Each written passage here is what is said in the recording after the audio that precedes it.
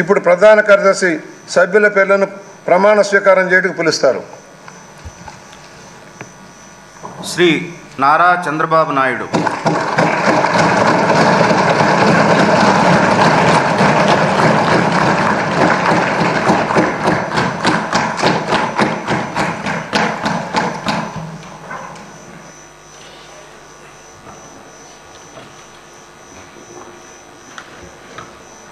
నారా చంద్రబాబు నాయుడు అనే నేను శాసనసభ సభ్యునిగా ఎన్నిక అయినందున శాసనం ద్వారా నిర్మితమైన భారత రాజ్యాంగం పట్ల నిజమైన విశ్వాసం, విధేయత చూపుతానని, భారతదేశ సార్వభౌమాధికారాన్ని, సమగ్రతను కాపాడుతానని, నేను స్వీకరించబోయే కర్తవ్యాన్ని శ్రద్ధాశక్తులతో నిర్వహిస్తానని దైవ సాక్షిగా ప్రమాణం చేస్తున్నాను.